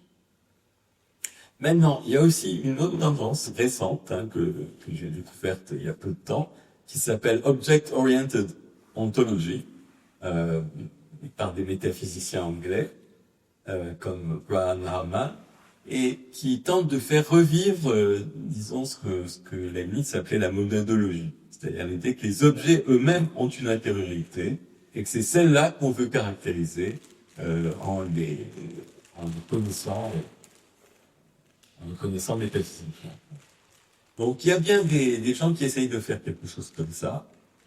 Alors évidemment, donc, si vous voulez, Husserl, ça on pourrait dire, c'est un point de vue surtout en première personne, le point de vue de la phénoménologie, mais c'est aussi un point de vue en seconde personne, parce qu'il essaye de se figurer comment on constitue le domaine des autres. Et le domaine des autres que nous-mêmes, c'est justement par empathie, par partage d'émotions, par reconnaissance mutuelle que la description de l'expérience de l'un pourrait être analogue à la description de l'expérience de l'autre, et ainsi de suite. Donc il y a bien une tentative de ce côté-là, en phénoménologie et dans cette métaphysique néo-leibnizienne ou néo-bergsonienne qui s'appelle Object-Oriented Ontology.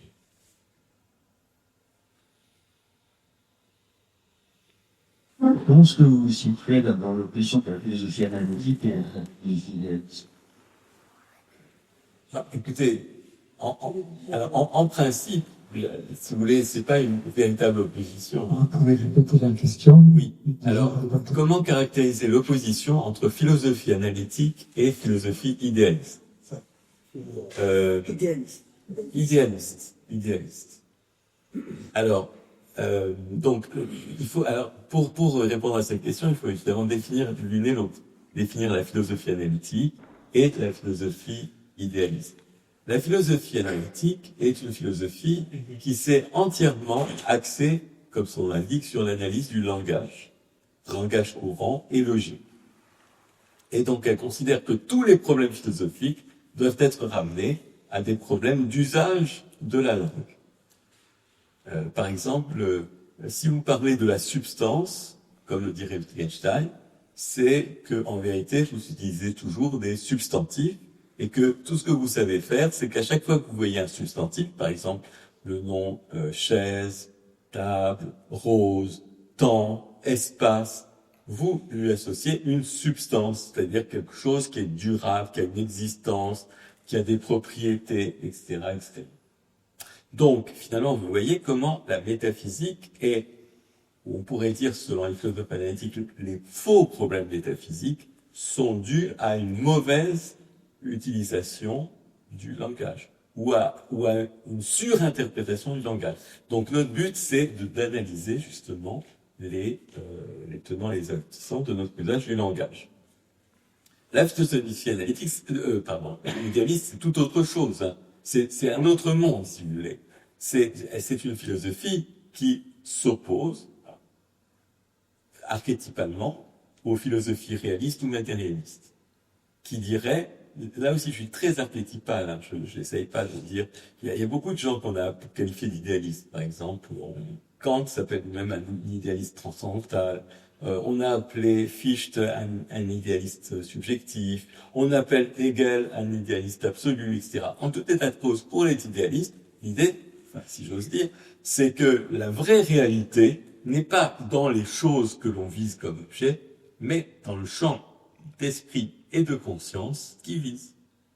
Et par exemple, Husserl, avec sa phénoménologie, a accepté d'ailleurs avoir des composantes idéalistes dans sa philosophie. Mais il disait, je ne suis pas un idéaliste dogmatique, je suis un idéaliste méthodologique. Si j'accorde une importance cruciale, première, à l'expérience vécue, c'est tout simplement parce que je suis dedans. C'est elle que j'ai immédiatement. C'est pas les choses dont je fais l'expérience. C'est l'expérience elle-même. Et donc, à partir d'elle, je dois pouvoir reconstruire tout le reste. Et qu'il était d'un idéalisme méthodologique. Voilà. Donc, dire que, vous voyez, comparer les deux, c'est un peu délicat. Il y a une comparaison qu'on peut faire, et en particulier, les gens qui s'appellent maintenant réalistes spéculatifs ont fait la comparaison en disant ceci. Ils ont dit, au fond, pour les philosophes analytiques, la base de toutes les connaissances, c'est le langage. Toutes les connaissances sont relatives au langage. Et pour les idéalistes, toutes les connaissances sont relatives à l'expérience vécue. Et donc, on peut dire que les deux partagent quelque chose, c'est que les deux considèrent que la connaissance est relative à quelque chose d'humain, que ce soit le langage ou l'expérience. Et donc les nouveaux réalistes critiquent les deux en même temps, en disant les deux au fond sont des philosophies très proches, des philosophies de la relativité des connaissances vis-à-vis de la capacité humaine à connaître. Et eux voudraient, encore une fois, atteindre l'absolu, quelque chose qui ne dépend plus des capacités humaines de connaître, ni du langage, ni de la vie, ni de l'expérience vécue, ni de l'esprit, ni des capacités cognitives, rien, l'absolu. Je vous laisse juste savoir si c'est possible. Moi, en tout cas, dans mon livre, Maintenant la plénitude, je prétends que ils se sont plantés.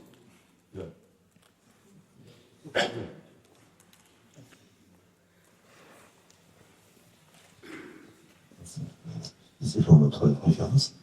Alors, j'ai une question, je sais pas trop comment la formuler, mais Berkeley, avec sa philosophie du matérialisme, prétend que personnellement quelque chose comme ça n'existe peut-être pas.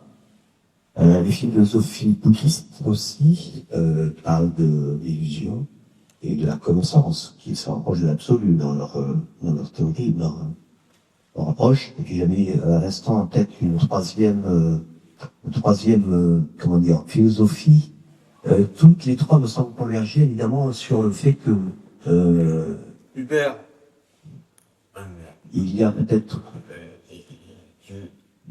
Ça, il y a un mot avant de passer. Merci. Voilà donc entre Berkeley et le bouddhisme, qui sont finalement des approches très différentes de la rationalité, de la raison, et qui prétendent pourtant, elle, en tout cas surtout la philosophie bouddhiste, avoir atteint la libération par l'absolu. Je voudrais avoir votre avis sur ce courant de philosophie, peut-être de Berkeley et puis le bouddhisme. Voilà. Alors, commençons par Berkeley. On verra après quel est le rapport entre Berkeley et le bouddhisme. Berkeley, effectivement, considère que les apparences d'objets que nous voyons ne sont que des illusions. Parce que, effectivement, la vraie réalité est autre chose que ce qu'il appelle les idées, des phénomènes, etc. C'est autre chose. Mais c'est quoi? C'est, en vérité, des impressions que nous donne un être supérieur, un être suprême, et qu'il imprime sur nos cerveaux.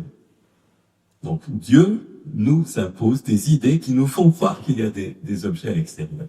Mais en vérité, il n'y a que les idées imprimées par nous. Donc, si vous voulez, on dit quelquefois que Berkeley est le père de l'idéalisme. C'est vrai en un sens, et c'est pas tout à fait vrai en un autre. Vous voyez pourquoi? C'est que pour Berkeley, ces apparitions ont quand même une cause extérieure à elles-mêmes, sauf qu'elles s'appellent pas les objets, elles s'appellent Dieu. La cause des apparences d'objets n'est pas isomorphe aux objets. Elle a une autre forme qui est la forme d'un être suprême qui imposerait toutes ces idées. Donc, les cartésiens ont horreur de ça. Et d'ailleurs, Descartes avait repoussé cette possibilité d'emblée. Il a dit, Dieu ne peut pas être un malin génie, il peut pas nous tromper, il peut pas nous imposer des idées qui nous font croire qu'il y a des objets alors qu'il n'y a pas d'objets. Ça serait vraiment méchant de notre part de croire ça de lui, vous voyez. Bon, ça c'est Berkeley. C'est l'idée enfin, la conception sur laquelle les apparences sont causées par Dieu, mais que les apparences d'objets, en fait, sont causées par quelque chose qui ne ressemble pas à des objets.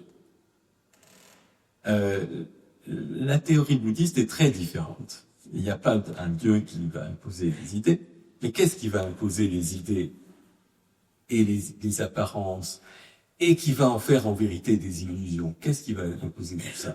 C'est ce qu'on appelle le jeu des causes et des effets, le karma, le fait qu'il y a des causes anciennes de toutes les impressions que nous avons maintenant.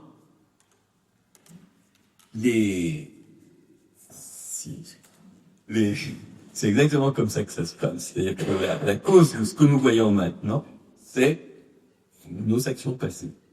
C'est la chaîne des causes et des effets de tout ce qui s'est passé auparavant, dans toutes les générations, etc., antérieures. Et il n'y a rien d'autre. Il n'y a pas un monde extérieur qui viendrait expliquer ces impressions-là.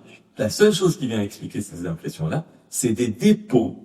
Alors ça s'appelle l'alaya vijnana en sanskrit. C'est des dépôts qui ont été laissés par les générations antérieures, par leurs actions, et qui ont fini par faire naître dans notre génération des apparences d'objets. Et ces apparences d'objets sont des illusions. Et donc, une fois qu'on a compris que toutes les tentatives de cristalliser ces apparitions fugaces en des catégories comme celles de substance, de propriété permanente, etc., ne sont que l'effet de ces vieilles influences que nous avons reçues, eh bien, à ce moment-là, on dit qu'on a atteint la libération. Mais, ce qui est très intéressant, c'est on pourrait en donner un équivalent, je dirais, scientifique. L'équivalent scientifique, ça serait de dire, qu'est-ce qui fait qu'on croit qu'il y a là des chaises et des tables permanentes, et qu'on ne voit pas qu'elles changent à tout instant, qu'elles sont, que à chaque fois elles perdent un petit peu de leur qualité, ou elles en regagnent une autre, parce que il y a un peu de poussière qui est tombée dessus, etc. Qu'est-ce qui fait qu'on ne voit pas ça? Bien, ce qui fait qu'on ne voit pas ça, c'est peut-être que l'évolution des espèces qui nous ont précédés et l'évolution de notre espèce, l'évolution darwinienne, de notre biologie, fait que on a été conduit à ne sélectionner que les traits les plus saillants et les plus utiles à l'utilisation immédiate et à la survie. Et comme ça, on a besoin d'avoir des illusions sur la permanence des choses, parce que c'est utile à la survie. Mais en vérité, il n'y a pas de permanence des choses, et comme le disait Héraclite, on ne se baigne jamais 2 fois dans un même fleuve, et d'ailleurs, la personne qui se baigne n'est elle-même pas la même.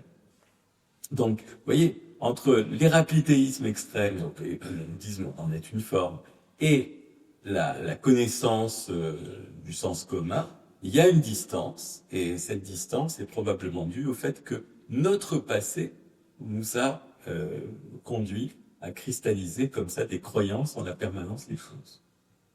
Et donc l'idée du bouddhisme, ça serait quand vous voyez que les choses ne sont pas substantielles, pas permanentes, etc., vous voyez l'expérience telle qu'elle est, c'est-à-dire avec toute sa fluence, sa souplesse, sa densité de présence, là vous êtes libéré. Voilà. Chers amis, juste un mot avant que nous suivons la discussion. J'aurais dû vous le dire avant. Je voulais simplement vous dire que faire venir des gens d'ailleurs que de Toulouse pour nous faire des conférences est devenu très coûteux. Et donc je fais un appel aux cotisations, si c'est possible, de façon à faire que les choses soient possibles pour nous tous.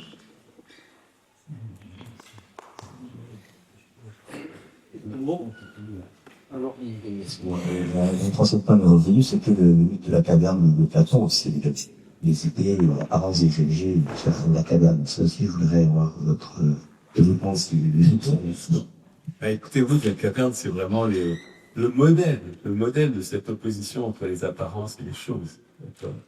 Donc les apparences, ça serait seulement les ombres qui sont projetées sur le mur de la caverne, mais la réalité, ça serait Donc, dans la métaphore, c'est le soleil, c'est la lumière, c'est l'extérieur, hein, le corps extérieur où il y a justement à la fois ces formes qui se projettent sous forme d'onde sur la Terre, et puis la lumière qui fait projecteur. Donc ça, c'est la réalité, et le reste, c'est les ombres, c'est que l'apparence. Évidemment, pour Platon, ce que pour considérer Platon, c'est que les apparences sensibles sont une apparence, et que ce qui est la réalité, ce sont les idées mathématiques, les idées génériques, la chevalité est une réalité, comme il faut le dire, comme les réalistes médiévaux, mais tel cheval n'est qu'une réalisation ponctuelle et donc finalement dégradée par rapport à cette réalité suprême qu'est le caractère de l'être cheval. Donc voilà en gros la thèse de Platon. Et donc c'est cette thèse qui a été à la fois métaphorisée par l'allégorie de la caverne et qui a été au fond sublimée par la création de la science de la nature à partir de Galilée. C'est intéressant. Oui, je voulais me dire, moi j'étais un peu déçu par votre exposé, et c'est sympa parce que vous n'avez pas du tout cité, moi, les auteurs qui m'ont le plus éclairé sur ce thème-là, et qui sont Guillaume d'Occam, Karl Popper, peut-être le mathématicien Alain Cohen, le physicien Bernard d'Espagna, et le philosophe Paul Ricoeur. Bon, ok, j'aurais pu citer tous ces gens-là. Bon, Guillaume d'Occam, c'est le nominalisme. Alors, on va les prendre un par un. Guillaume d'Occam, c'est le nominalisme. Donc, c'est la première grande critique de la métaphysique. Parce qu'il dit, non, il n'y a pas de généralité, d'idéalité, etc. Il n'y a que des individus. Mais, juste pour connecter avec le bouddhisme, notez bien que le nominalisme de Occam, c'est-à-dire toutes les ce que ça veut dire, c'est que toutes les généralités ne sont que des noms. Pardon. Oui, ça va? Oui. D'après Guillaume d'Occam, toutes les généralités ne sont que des noms. Elles n'ont aucune existence. Elles n'ont que, finalement, c'est flatus vocis. C'est des sons. Des sons qui sont émis par nous et rien de plus. Donc, quand on dit l'espèce cheval, ça n'existe pas. Ce qui existe, c'est Bucéphale et Rocinante. D'accord? Et l'espèce, c'est juste une vague abstraction, un nom qu'on a posé là-dessus. Et les bouddhistes sont très près de ça, bien sûr. Ils disent toujours, toutes les généralités, au fond, ce sont des fabrications de l'esprit humain, ce sont des surimpositions, etc. Mais les bouddhistes sont bien plus radicaux que Guillaume d'Occam. Ils sont plus radicaux parce que pour eux, non seulement les généralités, les espèces générales n'existent pas, mais encore l'individu bucéphale n'existe pas. Ce qui existe, ce sont des flashs instantanés de Bucéphale. Bucéphale n'a aucune permanence, aucune existence continue. Donc, le nominalisme bouddhiste est beaucoup plus radical que le nominalisme médiéval de Guillaume d'Occam. Voilà une première remarque sur Guillaume d'Occam. Effectivement, première critique de la métaphysique, Guillaume d'Occam. Mais en même temps, vous pouvez dire que c'est une autre métaphysique, une métaphysique alternative. Alors, après, il y a d'autres noms que vous avez cités. Je sais pas, prenons Bernard d'Espagna. Alors, Bernard d'Espagna, oui. Ok, c'est vrai. C'est vraiment terrible que je l'ai pas cité parce que c'est mon professeur.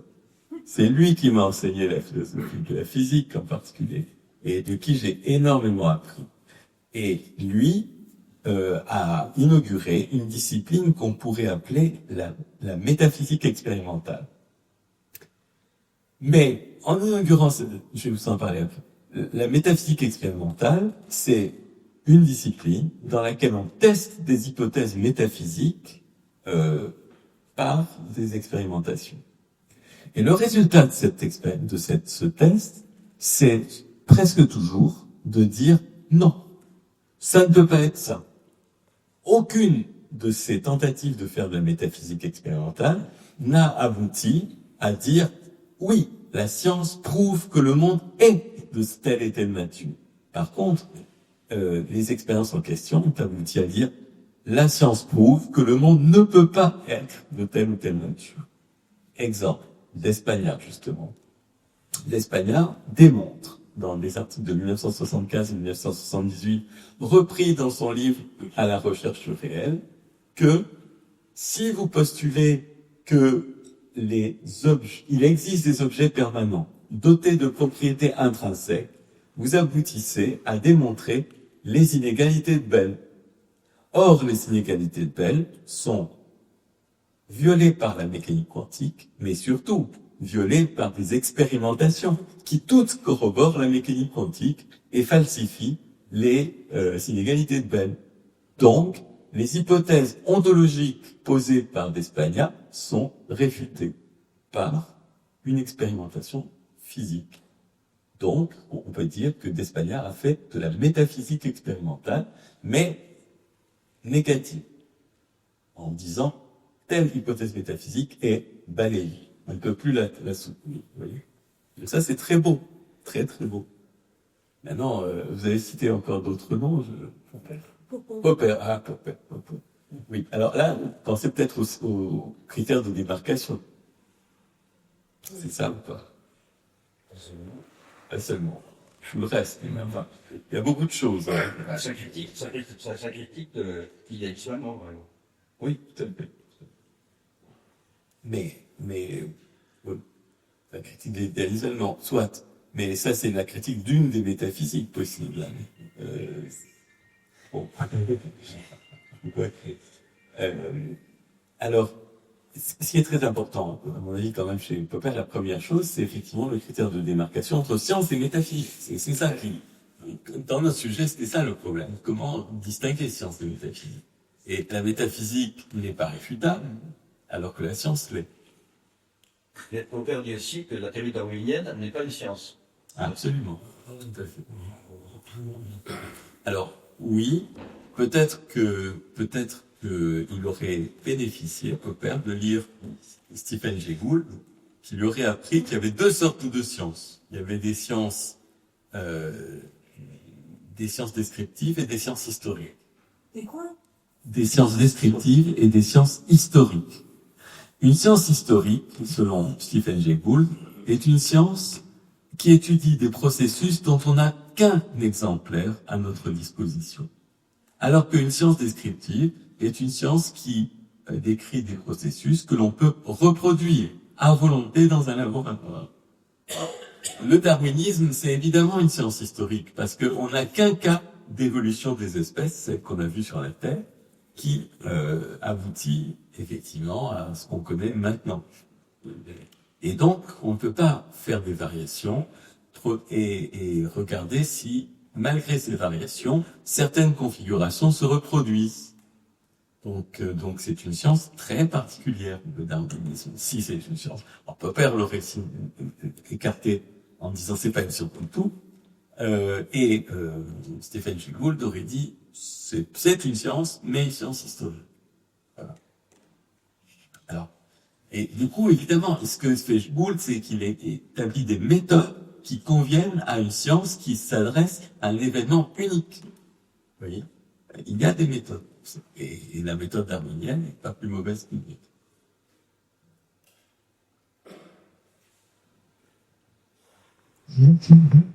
Question?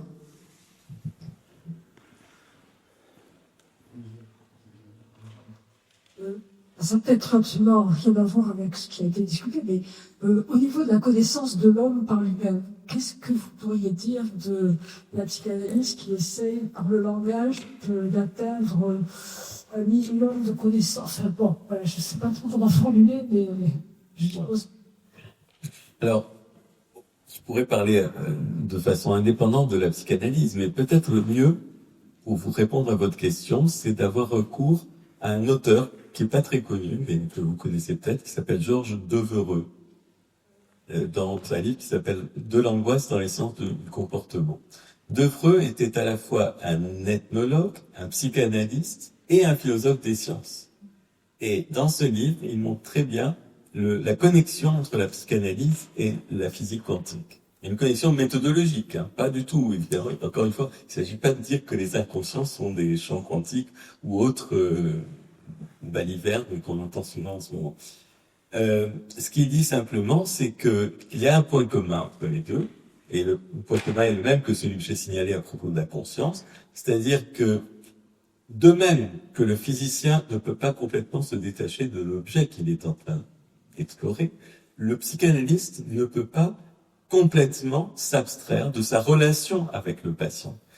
Il y a ce qu'on appelle le phénomène de transfert et de contre-transfert. C'est-à-dire que le psychanalyste ne peut explorer son patient qu'à travers les qu'à travers les réactions de contre-transfert que le patient occasionne chez lui pendant la cure. Il ne connaît pas au fond son patient. Nul ne connaît autrui. Pas plus le psychanalyste que n'importe qui.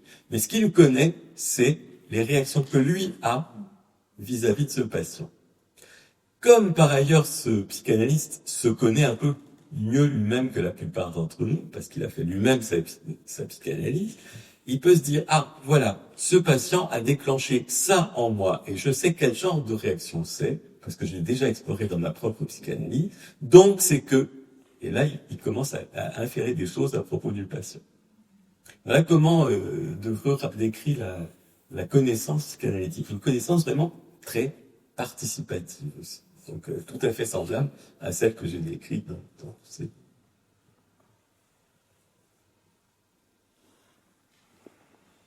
Y a-t-il d'autres questions?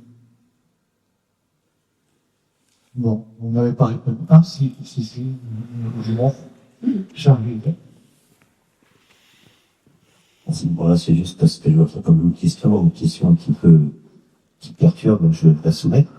C'est, en fait, je formule ainsi. Est-ce que la conscience est une propriété émergente de la matière qui vient par la complexification de l'organisation de celle-ci, ou au contraire, est-ce que la matière existe au sein de la conscience et créée par la conscience, auquel cas, c'est très différent. Merci. Alors c'est intéressant évidemment parce que on pourrait dire que on peut trouver des arguments en faveur des deux hypothèses. Alors, juste pour vous dire une citation rapide qui résume un peu la question. Bertrand Russell disait « Le cerveau produit mes pensées, mais le cerveau est l'une de mes pensées. » Le cerveau est l'une de mes pensées. D'accord ? Ou « Mes pensées sont produites par le cerveau, mais le cerveau est l'une de mes pensées. » Voilà ce que je disais. Donc, il y a cette espèce de boucle. D'accord ? Bon. Alors, maintenant, prenons les deux morceaux de la boucle. Est-ce que la conscience est un produit émergent du fonctionnement de dispositifs matériels complexes? Exemple, les cerveaux. C'est ce que croient à peu près 99,99% des scientifiques à l'heure actuelle. Mais ils savent tous pourtant qu'il y a quelque chose qui coince dans cette histoire. Et que David Chalmers a appelé le problème difficile de l'émergence de la conscience. C'est quoi? C'est qu'il y a quelque chose de la conscience qui ne va pas, ne colle pas, de laquelle on ne voit pas comment elle a pu être produite par ce processus de complexification. C'est quoi? C'est tout simplement l'expérience vécue. C'est ce qu'on appelle aussi la conscience phénoménale. Par opposition à toutes les autres formes de conscience qui sont simplement la conscience réflexive, la conscience en tant que fonction d'unification des représentations, la conscience, au fond, en tant que fonction cognitive parmi d'autres. Donc, il y a d'un côté les définitions objectivées de la conscience qui peuvent très bien tomber sous le coup d'une explication réductive, et de l'autre, il y a la partie ultime, évidemment non objectivée parce qu'elle n'est pas objectivable, qui est simplement l'expérience vécue, l'expérience qu'on vit à l'heure actuelle. Pas l'expérience de savoir qu'on sait, pas l'expérience de se rendre compte que par exemple, on est une personne assise ici dans une pièce, etc. Tout ça, ce sont bel et bien des fonctions cognitives. Mais l'expérience tout court, l'expérience pure, l'expérience avant même qu'elle se soit repliée sur elle-même, vous voyez? Ça, zéro. Pas le moindre commencement de début d'explication. Voilà. Donc, problème. Ça s'appelle le problème difficile. Tout le monde sait qu'il existe. Et récemment, je lisais numéro de la recherche qui est consacré à la conscience et qui est paru juste ce mois-ci. Et les personnes, les scientifiques qui étaient interrogés, on leur disait oui, il y a le problème difficile, qu'est-ce que vous en faites? Le problème de la conscience phénoménale, qu'est-ce que vous en faites?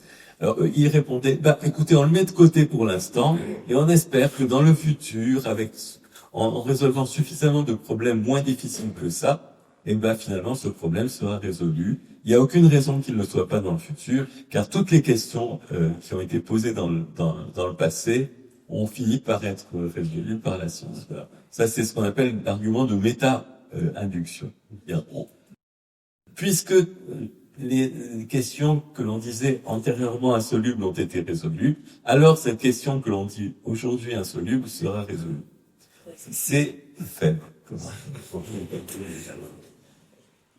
Donc, il reste un problème, mais c'est vrai que les réalisations de la neurobiologie sont tellement impressionnantes, et elles ont tellement d'effets pratiques, en particulier en médecine, que, si vous voulez, la clause philosophique qui vient avec semble plus crédible. Mais en vérité, on peut très bien prendre tous ces progrès de la médecine sans y ajouter la clause philosophique, c'est-à-dire la clause de la réductibilité de la conscience à un processus de complexification matérielle, et ça ne leur enlève rien à ces réalisations. Bon, on pourrait en parler longtemps. Vous voyez que j'ai écrit un livre qui fait 800 pages sur ce sujet. Donc, Je posais cette question parce que la physique quantique semble être... Je posais cette question en relation avec la physique quantique, qui est justement la focalisation dans des échelles de grandeur de plus en plus fines. Donc on se rapproche du cœur de la matière et donc peut-être de la leçon de la conscience aussi. Peut-être. Si la conscience est née de la matière, alors en allant au cœur de la matière, on va trouver le cœur de la conscience. Mais la première hypothèse que vous avez posée n'est pas évidente. Bon, peut-être que c'est le contraire. Peut-être que c'est la matière qui est une projection de la conscience. On n'en sait rien en tout cas. Mais et la deuxième chose, c'est que quand vous dites la physique quantique se rapproche du cœur de la matière, comme je vous disais, ça dépend un peu des interprétations de la physique quantique. Et l'interprétation que je vous ai proposée, celle qui est née il y a 5 ans, 6 ans, peut-être 10 ans maximum, qui vaut ce qu'elle vaut, hein, mais en tout cas c'est une interprétation possible. Qu'est-ce qu'elle dit? Elle dit justement le contraire. La physique quantique ne pénètre pas au fond de la matière. C'est la science la plus superficielle possible. Elle ne dit rien de la matière, mais elle vous donne les règles les plus générales de la prévision des phénomènes contextuels qui sont précisément caractéristiques des objets microscopiques. Voilà. Donc on n'a pas pénétré plus au fond par la physique quantique qu'on pénétrait par la physique newtonienne ou par la physique relativiste. Moi, je dirais plutôt le contraire. Donc, même si, en supposant que la matière contienne le secret de la conscience, c'est pas la physique quantique qui vous donnera la réponse. Excusez-moi. Le problème difficile dont vous parlez, c'est pas le présent. Essayer de co-construire le présent. Belle remarque. Bien sûr. Parce que la chose qu'on n'arrive pas à saisir, c'est exactement ça. C'est l'expérience présente.